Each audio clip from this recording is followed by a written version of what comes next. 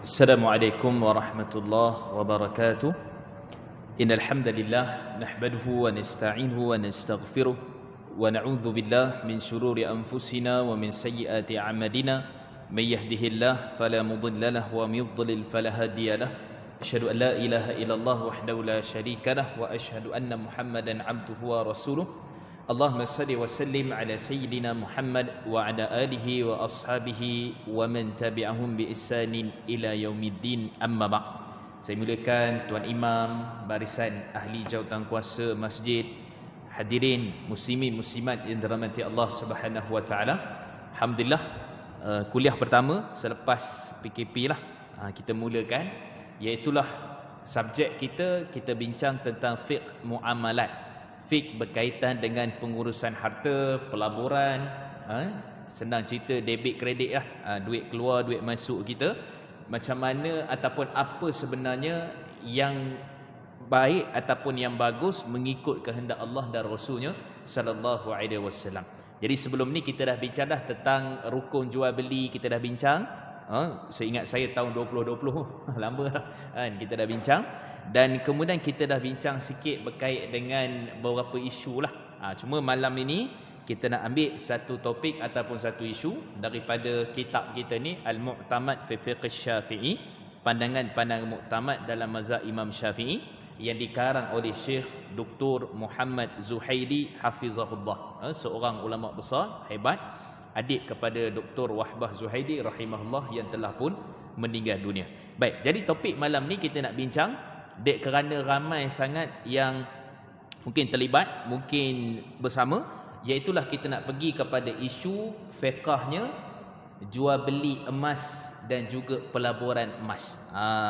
Yang ni kena ada hukumnya, kena tahu mana yang boleh, mana tak boleh. Banyak isu-isu yang kita nak bincangkan. Saya akan pergi kepada poin-poin penting sahaja ataupun kepada poin-poin dan hujahnya dan perbincangan di kalangan para ulama fiqh. Antaranya ialah kita nak tukar emas.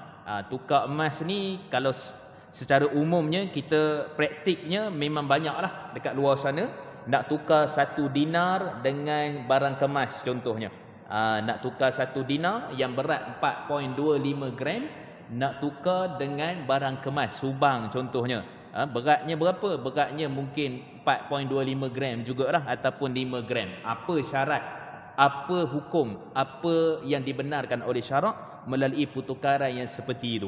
Ada orang juga mungkin tukar, dia ada beli emas yang dalam bentuk kad tu. Yang kad tu ada 1 gram, ada 2 gram, 2.5 gram, ada 5 gram, 10 gram, 100 gram, 50 gram, sekilo.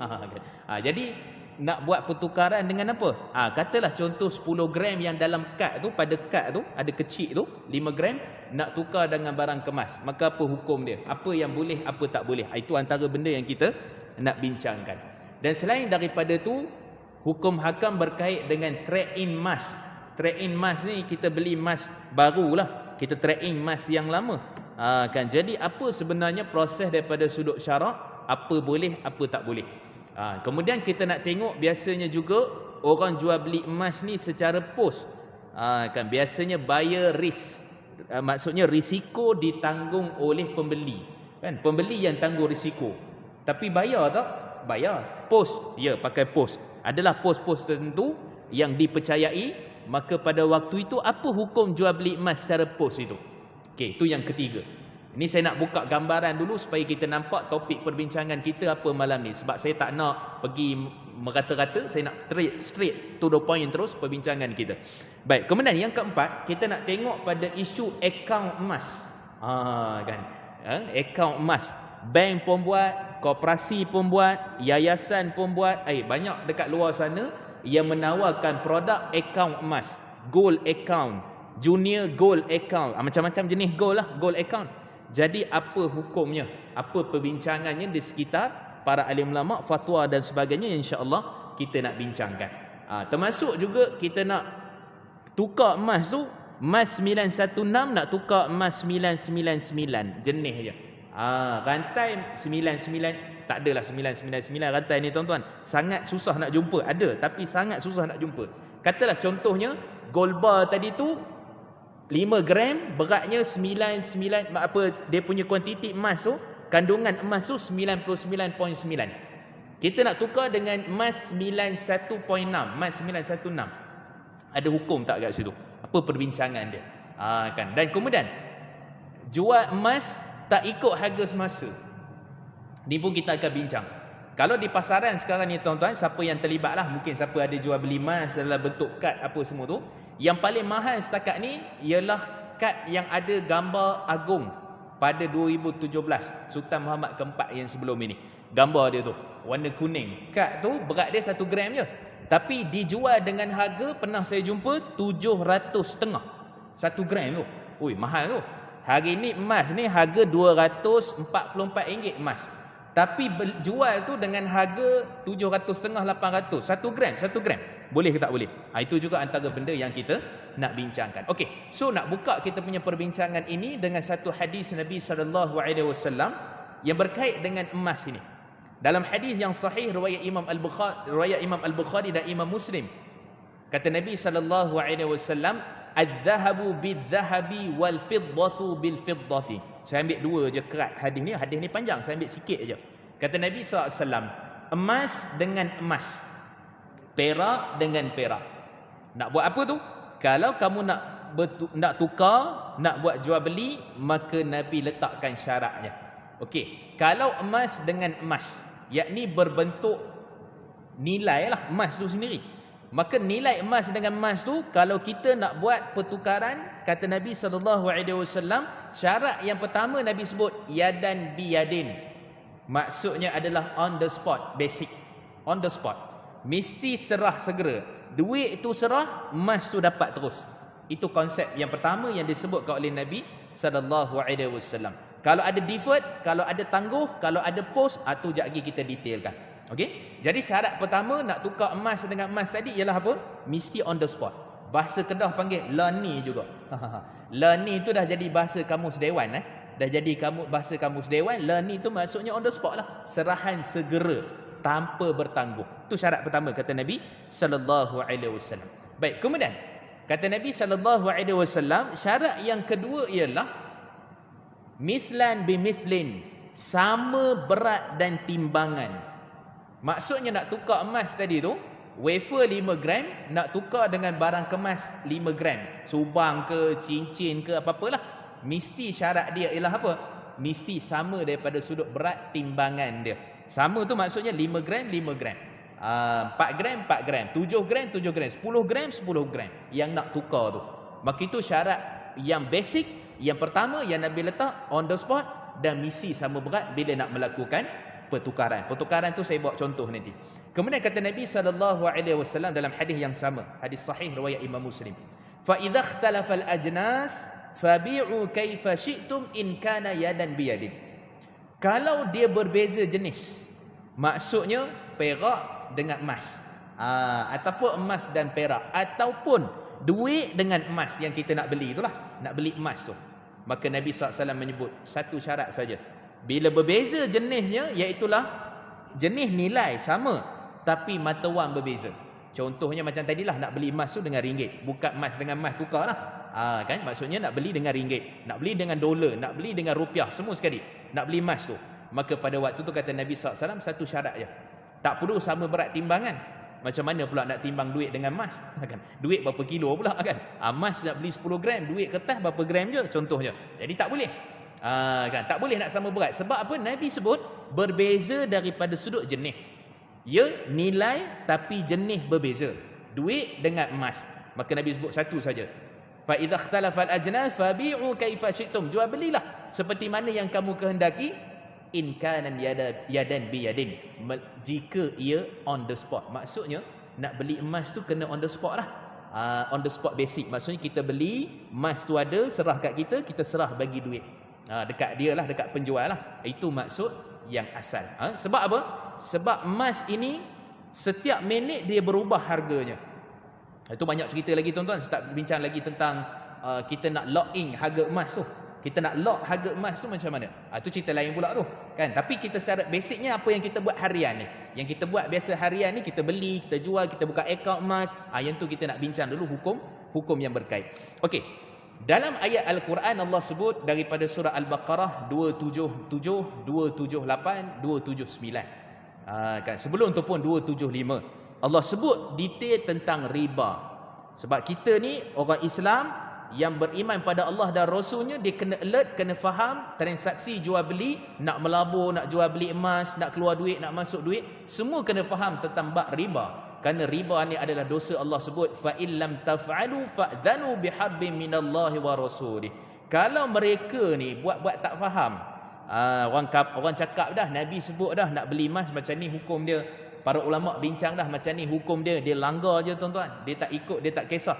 Maka kata Allah Subhanahu wa taala, mereka ni siap sedia berperang dengan aku dan Rasul sallallahu alaihi wasallam. Ni bukan perang dengan apa ni tuan, perang dengan Allah dan Rasulnya. Dekat mana? Dekat akhirat nanti. Kalau buat main-main tentang riba, termasuklah dalam hukum hakam jual beli emas yang kita nak bincangkan ni. Maka ayat Quran dan hadis tadi, satu hadis tadi cukup menjadi mukadimah kepada kita. Kita nak masuk kepada isu yang pertama, iaitu apa dia? Tukar emas dengan emas. Tadilah wafer dengan dinar contohnya, barang kemas dengan dinar. Satu dinar ni berat dia 4.25 gram. Ada dinar yang mana 916 dia punya nilai ketulinan emas itu, ada dinar yang ketulinan emas itu 99.9. Siapa yang ada simpan dinar tu, dia tengoklah ada rekod, ada trade apa dia punya nilai tu ataupun dia punya kuantiti emas dalam tu, maka ada 916, ada 999. Okey. So, nak tukar emas tadi tu, pergi refer kepada hadis. Hadis kata apa?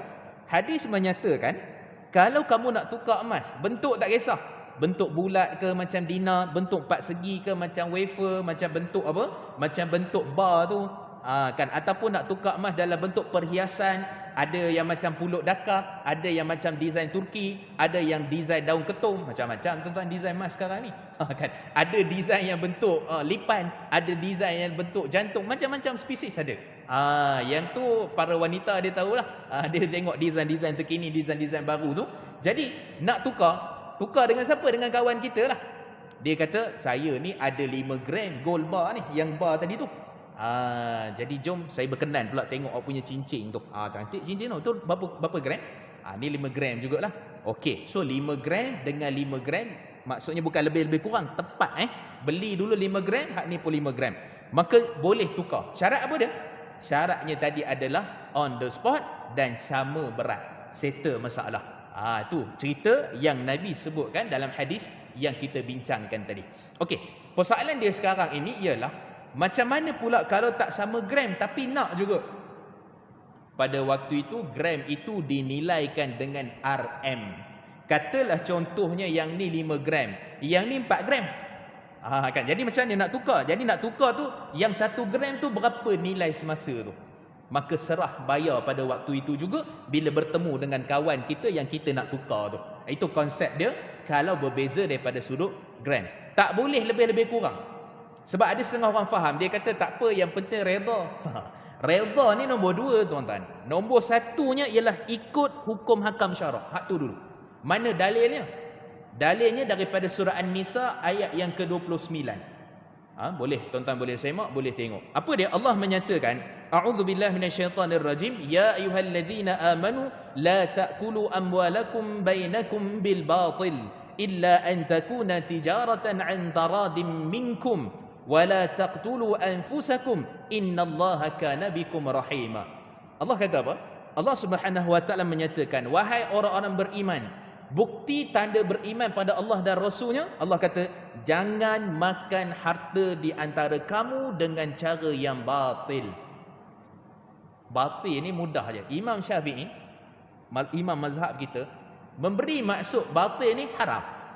Tak kiralah riba ke, rasuah ke, judi ke, zalim ke, menipu, semua itu batil. Maksudnya satu perkataan yang Allah guna, perkataan satu je, batil, merujuk kepada semua perkara yang diharamkan oleh Allah Subhanahu wa ta'ala. Dan kemudian Allah kata apa? Setelah mana Allah kata, jangan kamu makan harta di antara kamu dengan cara yang batil, illa, melainkan. Ni kalau mengaji bahasa Arab ni dia panjang pula bincang dia. Illa ni dia panggil istithna munqati' bahasa Arabnya. Maksudnya dia tak boleh ada sikit pun unsur-unsur haram tu, tak boleh. Ni riba ni kita lepas-lepas pandang je lah, alah tak banyak, sikit je. Contohnya kan. Ni nipu, alah tipu sikit je, tak banyak pun. Semua yang sikit-sikit tu semua batil. Sebab tu Allah sebut tadi pada selepas itu Allah kata apa? Illa tu maksud semua perbuatan yang batil tu tak dibenarkan, walaupun sikit, walaupun orang-orang tertentu, apa-apalah yang berkait dengan batil, haram itu, maka Allah tak benarkan. Melainkan illa an takuna tijaratan, melainkan kamu berjual beli, yakni yang dibenarkan oleh syarak, bukan termasuk daripada perkara yang batil. Barulah yang kedua tu, kamu saling redha, meredai antara satu sama lain. Dan kemudian akhir ayat tu Allah kata apa? Jangan kamu bunuh diri kamu. Tiba-tiba pula kait dengan bunuh dengan makan harta. Kenapa? Kata Al-Imam Qurtubi ketika menafsirkan ayat ni, beliau menyatakan orang ni tuan-tuan, kalau dah zalim, kalau dah marah, dia boleh bawa kepada pembunuhan berkait dengan harta. Jangan main-main tuan-tuan. Boleh bawa jadi kes mahkamah macam-macam kan. Harta pusaka pun boleh jadi bergaduh. Sebab apa? Sebab ceritanya tadi kena jaga betul-betul jangan melampau sepadan yang batil yang Allah haramkan. Dan kemudian Allah amat mengasihi diri kamu. Jadi pada ayat ni Allah sebut apa? Dia bukan cerita redha tak redha tadi tu, tapi ceritanya kena ikut hukum hakam syarak dulu. Ikut hukum hakam syarak. Maksudnya kalau sini 5 gram, sini contohnya 4.75 gram. Yang 0.25 gram tu kira halal je lah, redha. Tak boleh. Kerana kena ikut hukum hakam syarak, kena bayar. Kalau ada balance 0.25 gram tu berapa harga dia? Bayar lah. Itu maksud dia. Supaya kita jelas, supaya kita mengikut hukum asal yang berkait tentang emas yang kita bincangkan tadi. Okey, itu isu yang pertama. Di bawah rentetan isu itu, bagaimana pula kalau nak tukar emas ni berbeza jenis? Daripada 9, emas paling tuling tuan-tuan 99.99. Itu paling tuling. Itu paling tuling. Maksudnya cuma ada 0.01% bukan emas dalam apa? Dalam emas tu. Maksudnya apa? Dia mungkin udara, dia mungkin logam lain untuk cantumkan dia dan sebagainya lah. Itu dia punya konsep. Jadi kita katalah 99.9. Itu satu jenis. Jenis yang kedua ataupun dalam bahasa standard dipanggil 24 karat lah. 24 karat tu ada pada jam Omega, ada pada jam Rolex, jam macam-macam jenis lah. Hublot lah, macam-macam lagi lah. Biasanya jam-jam mahal ni ada emas. Tapi nak cerita awalnya tuan-tuan, mahal mana kot jam tu, kalau dipakai oleh lelaki maka hukumnya haram. Dalam riwayat Imam Al-Bukhari kata Nabi SAW, emas ni adalah benda yang dilarang kepada lelaki dan kemudian diharuskan untuk wanita. Untuk dipakai lah, emas pakai. Emas pakai. Termasuklah letak pada jam ke, letak pada apa ke, asal ada emas pada tu. Betul-betul emas lah. Bukan warna emas. Itu beza tu. Betul-betul emas. Maka yang tu termasuk dalam hadis larangan. Nabi tak benarkan lelaki memakai gelang ke ataupun jam ke yang ada emas pada waktu tu. Okey? Sebab dia berbentuk pakaian dan perhiasan. Itu sebab kenapa diharamkan. Okey. Jadi 916. Yang tu 22 karat. 91.6% kandungan itu adalah emas. Balance tu bukan emas lah, bukan logam lain, besi dan sebagainya. Ada emas yang berbentuk 750 dan seterusnya lah jenis-jenis emas tu. Soalannya, seorang ni dia ada wafer tadi gold tu, yang kad tu. Berapa harga dia? Berapa gram dia? 5 gram. 5 gram ni dia emas 99.9. Nak tukar dengan emas perhiasan 916. Beza tu dia punya kuantiti dalam emas tu. Maka di sini para ulama berbincang panjang tuan-tuan. Saya mengambil pandangan Imam Nawawi rahimahullah dan juga Imam Ibn Rushd ketika berbincang tentang isu ni. Dua imam besar ni tuan-tuan, Imam An-Nawawi rahimahullah dan juga Imam Ibn Rushd menyatakan lebih utama untuk disamakan kalau nak buat pertukaran tadi tu, dia punya nilai emas itu sama. Maksudnya kalau 99.9 nak kena tukar dengan 99.9 lah. Kalau 916 contoh dinar 916 nak tukar dengan 916. Jadi sama nilai tu dan kemudian on the spot dan kemudian sama gram dia. Itu kaedah bila mana nak tukar emas yang kita bincang ataupun yang kita sebutkan tadi. Mungkin ada sikit keliru, mungkin ada sikit tuan-tuan mungkin tak nampak, tapi ceritanya emas itu ada hukumnya. Nak buat pertukaran, nak jual beli, maka di sana kena teliti. Nak orang yang meniaga emas di luar sana jadi dealer, tak kiralah dia jadi dealer Hello Go ke, Public Go ke, QM Mentor ke, Quantum Mentor ke, jadi apa lagi, apa yang dia, KAB Gold ke, macam-macam gold lah banyak kat luar sana tuan-tuan. Ada yang patuh syariah, banyak yang patuh syariah lah. Patuh syariah tu maksudnya telah pun dilihat, dinilai daripada sudut hukum dan kontraknya, maka dia halal lah. Macam mana buat jual beli dia, emas tu ada ke tak ada dan sebagainya, maka di sana dah banyak dah emas-emas yang ada di luar sana. Kan? Apa lagi? Yapin pun ada emas dia, koperasi pun ada emas dia, macam-macam dah sekarang ni tuan-tuan.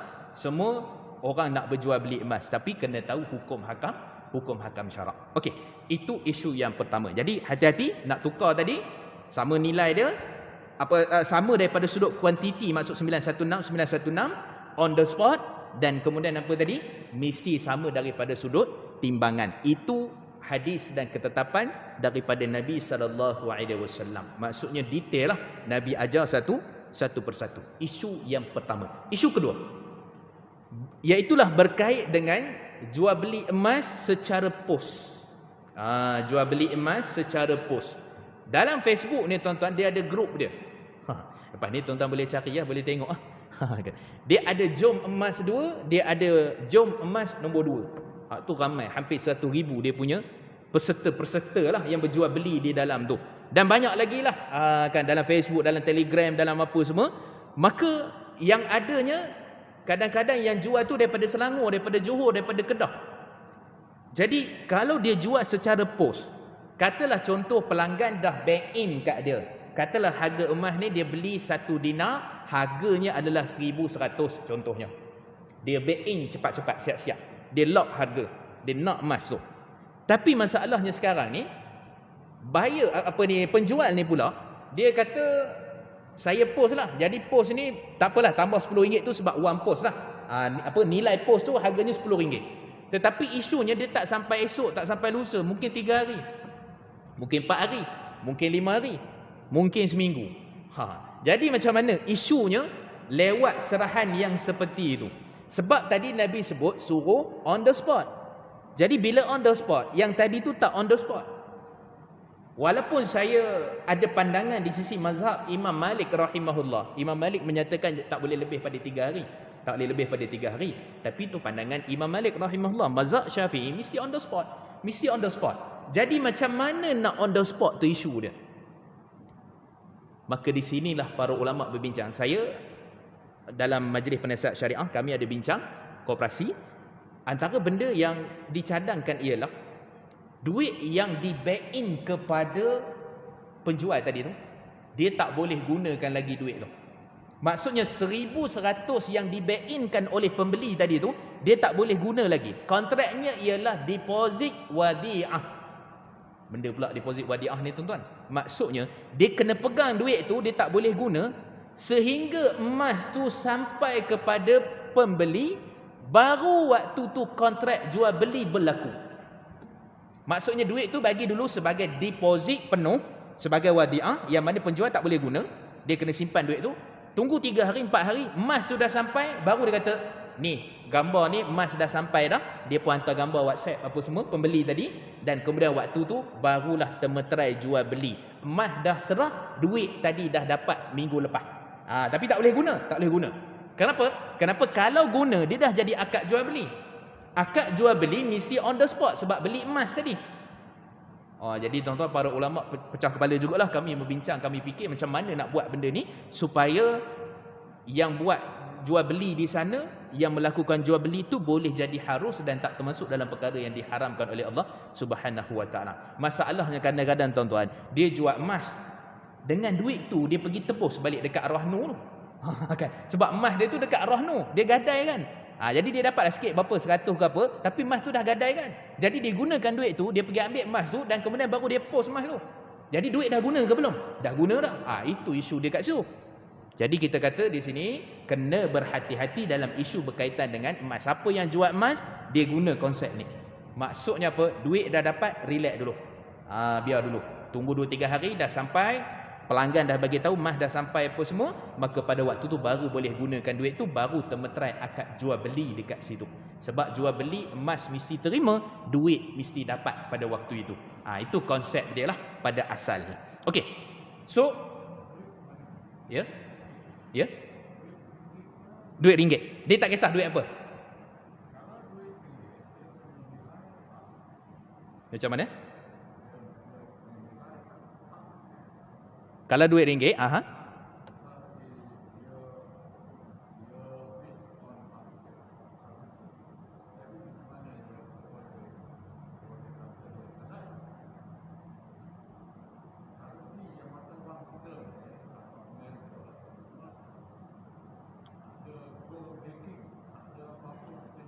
yang tu nanti kita bincang. Yang tu nanti soalan yang kelima saya sebutkan tentang isu emas tu tak ada sandaran pada isu duit tu dia fiat money dan kemudian tak ada sandaran pada emas, dia currency dia ada turun naik apa semua, tu kejap lagi saya bincangkan.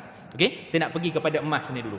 Okey, jadi bila disebutkan tadi isu yang kita katakan tadi tu, maka kena berhati-hati pada waktu itu terhadap hukum hakam bila mana kita membeli emas dalam keadaan yang seperti itu. Okey, itu isu yang kedua. Isu ketiga, jual beli secara ansuran emas.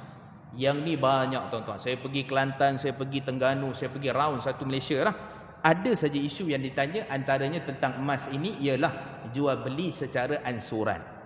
Kan, jual beli secara ansuran. Maksud RM50 sebulan ni ke, sampailah hujung tahun dapatlah satu gelang, satu loket emas ke apa macam tu lah. Jadi macam mana jual beli secara ansuran ini? Kalau jual beli secara ansuran itu adalah emas, bukan perhiasan. Maksudnya wafer tadi tu, dinar tadi tu, itu orang tak buat hiasan tu, iaitu orang simpan. Nanti kalau harga dia naik, nanti orang akan jual lah. Okey, ini isunya apa? Barang kemas tadilah, gelang, rantai apa semua tu. Maka JAKIM 2012, tuan-tuan boleh semak dia punya pandangan. JAKIM 2012 menyatakan bahawa barang kemas dia tidak terlibat tentang hukum hakam yang awal on the spot tadi tu.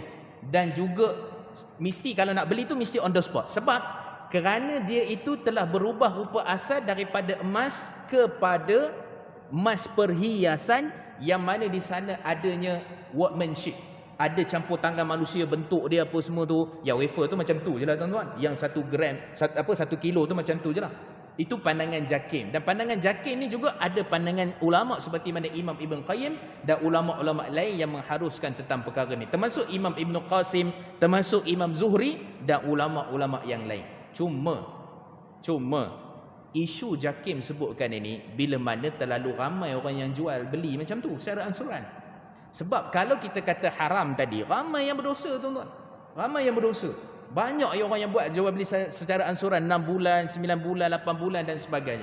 Cuma saya secara peribadi dengan pandangan Imam Nawawi, pandangan Imam Syafi'i, pandangan ulama'-ulama' Ar-Rafi'i, Al-Ghazali dan sebagainya, maka saya lebih cenderung supaya kita berhati-hati jangan jual beli walaupun perhiasan, kalau boleh mesti on the spot. Kalau boleh mesti on the spot. Yang tadi tu confirm dah memang kena on the spot. Beli dinar, beli wafer 5 gram, 10 gram yang 999 tu memang confirm on the spot dah. Syarat pertama yang kita sebutkan tadi. Tapi kalau barang kemas tadi kita kata lebih baik untuk on the spot. Ini pandangan jumhur majoriti para ulama. Seperti nama-nama yang saya sebutkan tadi lebih utama. Maksudnya jangan beli pos lah. Tu cerita dia. Kalau nak beli pos buat yang tadi tu. Maksudnya, tapi faham ke kedai-kedai emas ni, faham ke buat macam ni?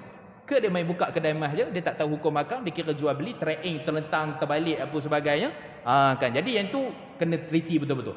Sebab tu kedai-kedai emas ni ada juga tempat yang kita pergi, kita tengok macam mana cara dia berjual beli. Memang fail tuan-tuan, memang fail. Dari sudut hukumnya memang ke laut lah. Laut Mediterranean. Jauh sangat tu.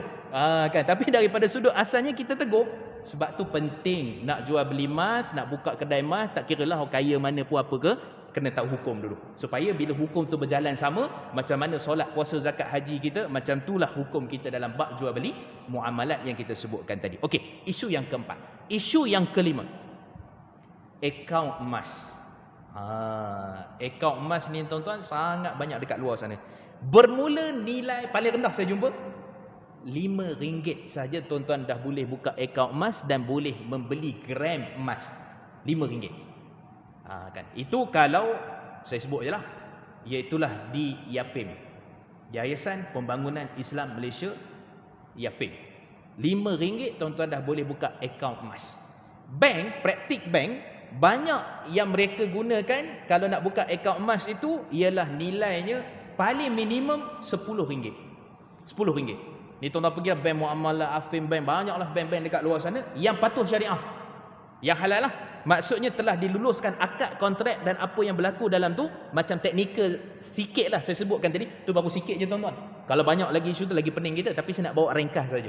Jadi penasihat syariah mereka telah meluluskan, peringkat bank negara pun telah tengok, pengawasan bank negara, ada audit, ada apa semua, maka diluluskan. Maka dari sudut asasnya kita kata yang mana perbankan Islam, yang mana Yapim tadi, yang mana koperasi kaki tangan bank muamalat, Koputra dipanggil. Koputra, koperasi kaki tangan bank muamalat. Ada staf bank muamalat dulu ke dah pencing ke? Dia ada koperasi Koputra tu. Jadi dia buat pelaburan emas, dia buka akaun emas. Akaun emas. Dan kita nak sebutnya akaun emas ni boleh ke tak boleh? Sebab kalau beli emas, mana emas dia? Kita sebut tadi emas tu mana emas dia? Yang ni tak ada emas, yang ada gram je. Dalam buku kita, dalam akaun kita tu, kalau beli contohnya RM100, dapatlah 0.45 gram contohnya. Nilai gram saja yang ada dalam akaun kita. Kan? Ataupun contoh beli RM5 tadi 0.0023 gram je. Nak tunggu 1 gram tu lambat lagi lah tuan-tuan. Kan? Kalau tiap-tiap bulan beli RM5, bulan depan beli RM10, lepas tu beli RM50, ada modal lebih sikit lah. Tapi ceritanya, boleh ke tak boleh macam ni? Kan kata bank tadi, bank Islam dah buat dah. Kita kata, di sana ada akad kontrak yang berlaku di dalam tu. Saya sendiri pernah buat walkthrough, pernah tengok. Dia orang duk buat jual beli emas ni. Jual emas dengan RM5, RM10 ni tadi tu, buka akaun emas. Tu ada emas ke tak ada emas? Saya pernah pergi, saya tengok dalam bilik kebal mereka, bank tu, saya sebutlah bank mana. Memang ada emas betul yang patuh syariah tu, ada lebih kurang waktu saya tengok ada 260 kilo emas. Tengok betul, nak pastikan betul-betul yang dia orang buat ni betul. Jangan dok pakai kata ni kami bank Islam ni, kami buat Islam ni. Tak. Kena tengok betul-betul. Tapi alhamdulillah lah saya boleh akses lah, boleh tengok apa semua tu. Jadi memang betul-betul ada emas. Maksudnya dia akan jadi share partner, share lah. Saya beli 5 gram, Haji beli 5 gram. Daripada 1 kilo tu, dalam tu dah ada 2 pemilik dah. Sekejap lagi orang lain pula beli. Dalam bentuk gram. Jadi bertambah lah. Sampai cukup sekilo tu dia lock. Maksud bank Islam, dia lock dan kemudian tak boleh orang lain beli dah. Sebab itu dah ada pemilik yang beli berapa gram tadi. Jadi betul, emas tu betul-betul ada. Tapi masalahnya, bank konvensional mereka tak ada emas. Mereka kata saja ada buku emas, tapi emas tak tahu kat mana. Tapi kalau perbankan Islam memang betul-betul ada emas. Maksudnya kalau tuan-tuan datang beli, emas tak ada stok. Memang tuan-tuan tak boleh beli untuk dalam akaun tuan-tuan tu. Sebab emas tak ada. Dia kena ada. Sebab tu ada sistem pula. Nak bagi tahu yang ni on the spot tu macam mana? Bila tuan-tuan beli, menunjukkan ada dia punya resip pembelian dan sistem dia capture terus masuk ke dalam kita punya akaun gram, maka yang tu dipanggil sebagai on the spot lah. Tu dipanggil on the spot. Dia panggil taqabud hukmi. Daripada sudut hukumnya dah berlaku. Cuma emas tu kita tak boleh bawa balik lah. Tak boleh bawa balik. Sebab kita beli 5 gram. Kita beli RM5. RM5 ni banyak mana tuan-tuan? Pasal tak hidung ke kecil lagi kot kan? Jadi sikit sangat. Jadi pada waktu itu kita beli contohnya tiap-tiap bulan, katalah contohnya dah setahun. Setahun tu ada 1 gram. Contohlah, setahun tu ada 2 gram. Pergi dekat bank tu tuan-tuan, pergi kat koperasi tu, pergi dekat Yapim tu, kata saya nak bawa keluar sebab dah cukup 1 gram. Boleh. On the spot boleh bawa keluar dia punya gram emas tu dengan sebab permintaan daripada tuan-tuan. Sebab emas tu memang ada. On the spot bila-bila masa boleh keluar. Tapi kalau bank konvensional mungkin dia kata tak apa, mungkin tangguh ke, mungkin minggu depan ke, mungkin apa. Sebab stok tak ada. Kan dah pening dah orang ramai semua nak ambil emas. Jadi kita kata kalau akaun syariah Yapim ke, Koputra, Koperasi Perbankan Bank Muamalat, kemudian Bank Muamalat ataupun Afim Bank, berapa bank lagi yang ada yang patuh syariah halal, maka tuan-tuan boleh buka. Apa kelebihan dia tuan-tuan? Kelebihan dia ialah kita boleh beli emas dengan nilai RM5 tadi, RM10 tadi tu. Kan buka akaun untuk anak-anak kita, ada junior akaun. Anak kita pun dah boleh buka akaun emas dengan nilai RM5, RM5. Contohnya tiap-tiap bulan. Kalau nak beli 1 gram macam hari ni RM244. Kan RM244. Jadi mungkin tak cukup nak beli. Maka kita boleh beli. Itu kemudahan dia lah. Cuma saya kena sebut juga, kita kena clear benda ni. Ada kelebihan, ada kekurangan. Kekurangan dia kita tak dapat emas waktu tu. Yang kedua kekurangan dia, bila kita nak keluarkan emas tu ada sikit kos yang kita kena keluarkan. Kos pengurusan dipanggil. Maksudnya bukan bayaran untuk 5 gram saja, tapi bayaran untuk 5 gram mungkin ada tambah RM50 ke RM20 ke RM30 untuk kos pengurusan nak keluarkan emas yang kita simpan dekat akaun tu. Jadi tuan-tuan nampak macam pening sikit kan, tapi cerita ni kita nak cerita hukum je. Teknikal tu tak nak sangat lah. Kita nak cerita daripada sudut hukumnya. Okey, isu yang kelima. Okey tuan-tuan, azan saya berhentilah. Okey, ada 10 minit lagi. Tentang currency tadi tu. Tentang duit tadi tu. Dia gini tuan-tuan. Sebab kat luar sana ataupun ramai orang dia kata kita kena kembali kepada dinar dan dirham. Siapa tak setuju? Kita semua setuju lah. Siapa nak kembali kepada dinar dan dirham? Maksudnya duit kita ni ada dinar dirham lah. Dinar dirham maksud daripada emas dan perak sebagai mata wang. Tak ada orang tak setuju, semua orang setuju. Tapi sistem sekarang ni yang dibuat oleh US, yang dibuat apa, semua menggunakan duit fiat money. Ringgit kita tu pun sama. Rupiah pun sama. Tak ada sandaran apa-apa, betul-betul duit kertas dicetak oleh kerajaan ataupun bank ataupun sebagainya, keluarkan duit tu dan kemudian tak ada sandaran pada apa-apa. Betul-betul duit, nilai saja. Sah, diperakui, dipergunakan dengan nilai. Kan? Jadi tak ada sandaran emas apa. Jadi macam mana penggunaan itu? Adakah daripada sudut hukum currency tadi tu, pertukaran apa semua tu, sama kalau nak tukar dengan duit, emas dengan duit nak beli tadi tu. So kita dah sebut dah, kalau emas dengan duit tadi kita kata on the spot lah, itu kita dah bincang.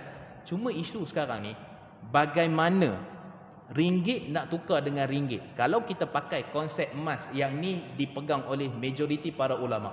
Siapa para ulama tuan-tuan hari ni? Kalau ada orang sebut ulama kata begini, ulama kata gini, kita kena sanksi. Ulama mana yang kata? Kan? Sebab apa? Dalam Islam ni dia kena ada hujah dan agama. Kalau sebut ulama, kena sebut ulama mana yang sebut? Fatwa mana yang sebut? Saya sebut yang pertama sekali disebut oleh Majlis Kesatuan Fiqh Sedunia. Hak ni fatwa mereka. Disebut juga oleh Fatwa Lajnah Ad-Daimah di Arab Saudi, badan fatwa paling besar di Arab Saudi. Disebut juga oleh fatwa akademik OIC antarabangsa. Kan. Kemudian fatwa Imam Ahmad, fatwa Imam Malik dan sebagainya menyatakan bahawa duit yang digunakan tu kalau jadi alat pengukur nilai, medium of exchange, sebagai penyimpan nilai, maka pada waktu tu hukumnya terpakai seperti mana hukum akam emas dan perak. Contoh gini tuan-tuan, kita ada duit 100. Kita nak tukar kepada, contohnya kita kata nak tukar duit kecil lah, hari raya kan, ada mesin, ada apa semua kan. Kata masuk 100 tu dia akan keluar, kena keluar tu RM100 juga. Maksudnya RM5 cukup 100. Kalau contoh keluar itu adalah RM98 dan RM2 itu adalah betul-betul kos pengurusan mesin yang nak keluar duit kat kita tu lah, yang secara automatik tu, yang tu dimaafkan daripada sudut syarak. Tapi kalau dia ambil RM2, yang kos mesin tu RM1 je, dia ambil untung RM1, yang tu riba. Ni clear cut tuan-tuan. Tak ada para ulama berbeza pandangan pendapat tentang isu ini. Sebab apa? Kullu qardin jara naf'an fahuwa riba. Kata Imam Ibn Abbas, kata Saidina Abdullah bin Abbas, mana-mana pinjaman, pertukaran lah, yang mana ditambah ataupun kurang dengan sebab faktor-faktor tadi tu, maka dia adalah riba yang diharamkan oleh Allah Subhanahu wa taala. Ataupun RM10 kita pinjam kawan kita kan, pinjam 100, ataupun pinjam kat mana-mana lah kan. Jadi pinjam tu kena bayar RM100. RM1 tu riba tu. RM1 tu riba. Itu riba currency juga, sebab tu dia ada hukum hakam berkait dengan emas juga. Okey. Jadi kalau tukar ringgit dengan ringgit, dia mesti sama daripada sudut nilai, dan kemudian dia sama, apa, tak boleh lebih, tak boleh kurang daripada sudut itu. Tapi kalau rebate lain tuan-tuan. Rebate ni macam mana? Tuan-tuan pinjam pembayaran dekat bank katalah RM100,000. Tapi kena bayar 9 tahun. Kereta lah contohnya. Tiba-tiba tuan-tuan bayar 5 tahun tu, tuan-tuan nak lansaikan hutang tu. Kan, yearly settlement. Tuan-tuan nak settlekan awal. Maka pada waktu tu bank kira-kira balik, tuan-tuan bukan bayar RM100,000. Mungkin tuan-tuan bayar RM85,000 je. RM15,000 diskaun, rebate. Yang tu tak ada masalah. Yang tu dalam konsep dipanggil da'u wa ta'ajjalu. Bayar awal dapat diskaun. Tak ada masalah. Orang hutang dengan kita, contohnya 2 bulan. Tapi baru 2 hari pinjam tu, dia dah pulang dah. Dia pinjam 100 kita kata. Oh bagus ni. Kalau macam tu saya diskaun lah, bagi 90 cukup dah. Boleh. Yang tu tak berkait dengan riba. Sebab siapa yang endorse? Pemilik duit yang bagi pinjam tu tadi yang endorse untuk kurangkan daripada dia punya jumlah pinjaman ataupun pembiayaan yang dia kena pulangkan. Saya kena jaga-jaga masa ni tuan-tuan. Okey, sikit lagi. Okey. Isu sekarang ni ialah kalau kita pergi tukar kepada money changer. Nak pergi umrah kan? Nak pergi umrah, nak kena tukar rial sikit. Nak kena tukar lah apa-apa kan? Nak pergi US, nak pergi UK, nak pergi mana-mana. So nak kena tukar currency lah duit mata wang tu. Jadi bila tukar tu, kena ada syarat, ada hukum dia. Hukum dia ialah satu saja. Kembali kepada hadis dan sama macam emas tadi, bila berbeza, maksudnya ringgit dengan euro, ringgit dengan rupiah, ringgit dengan rial, emas dengan perak, perak dengan emas. Macam tadilah beza dia tu. Maka kata Nabi SAW, in kanan yadan biyadin, kamu kena tukar secara on the spot. Maksudnya tuan-tuan, pergi dekat money changer tu, currency yang ada pada waktu itu, nak tukar duit tu kena on the spot waktu tu. Maksud kita bagi 1000, mes sini dalam rial dapat berapa? Katalah contoh rial tu dapat 900 rial. Kena waktu tu juga. Tak boleh kata mentang-mentang lah itu kawan kita kan dekat money changer tu, sahabat kita, ni 10,000 ni banyak sikit ni. Habis tu macam mana buat? Kau kira lah dulu, pandai-pandai lah, sekejap lagi aku datang ambil. Yang kejap lagi datang balik tu riba. Yang diharamkan oleh Allah Subhanahu Wa Taala. Kerana ada unsur pertangguhan dekat situ, ada unsur tidak on the spot, tidak yadan biyadin kata Nabi sallallahu alaihi wasallam. Sebab currency tadi tu. Dan berbezanya mata wang, currency, supply, demand dan sebagainya. Harga barang pun naik sekarang ni. Jadi yang tu semua dia kembali semula kepada hukum hakam emas yang kita sebutkan tadi, iaitulah apa? Tengok kalau berbeza mata wang jenis lain kena on the spot saja. Kalau ringgit dengan ringgit tak boleh bertambah kan daripada suruh ada cas lain, apa ada cas perkhidmatan, bukan cas perkhidmatan, cas keuntungan dan sebagainya, maka yang tu kita tak boleh untuk lakukan. Itu dia punya konsep asas. Dan kemudian yang keenam, satu lagi, sebenarnya ada beberapa isu lagi tapi saya cubalah satu lagi, iaitulah berkenaan dengan kutu emas. Kutu emas. Kutu emas ni ramai juga orang buat tuan-tuan. Kan? Kampung-kampung. Jadi hukum tu macam mana? Okey, kutu ni pertama sekali tuan-tuan, kenapa nama dia kutu?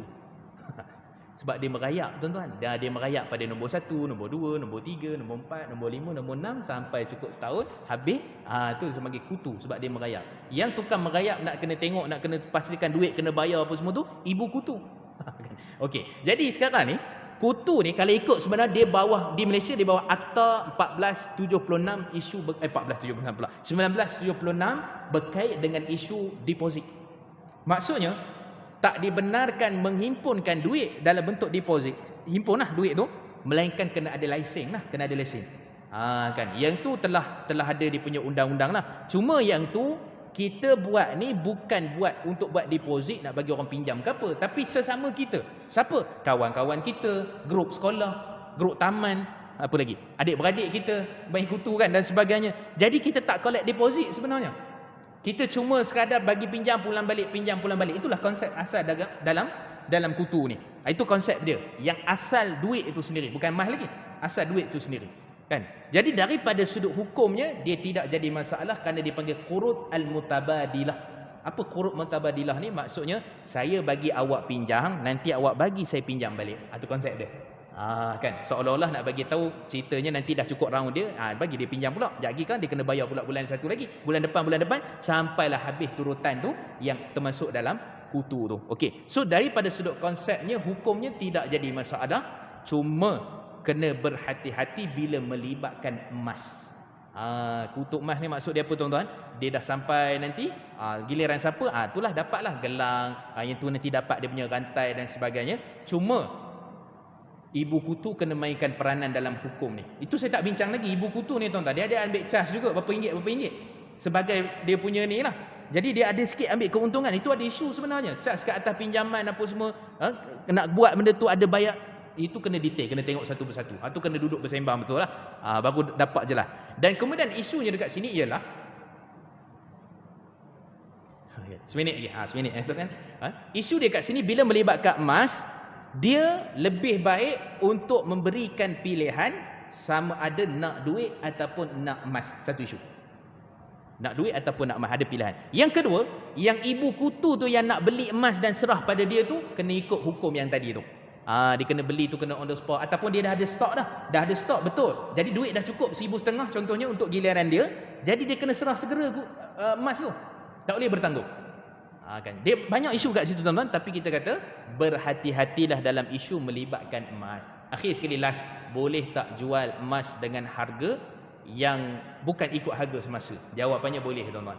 Jawapannya boleh. Kerana kalau tuan-tuan hari ni kalau tengok yang agung tadi tu saya sebut 2017 tu, agung sebelum ni 700 setengah orang jual. Batik Shogun, lambang batik tu orang jual 400 setengah. Yang ada lambang pejabat pos lama tu, yang tu orang jual sampai 500 untuk 1 gram tuan-tuan, untuk 1 gram. Tapi sebab kad kan. Jadi itu dia punya hukum hakamnya, harus tapi kena berhati-hati. Wallahu alam, saya berhenti dulu kat sini. Insya-Allah kita sambunglah pada waktu-waktu yang akan datang. Saya tak buka soal jawab. Mudah-mudahan Allah rahmati kita. Qul qauli hadza wa astaghfirullah li wa lakum. Kita sudahi dengan tasbih kafarah. Subhanakallah wa bihamdika asyhadu an la ilaha illa anta astaghfiruka wa atubu ilaik. Assalamualaikum warahmatullahi wabarakatuh.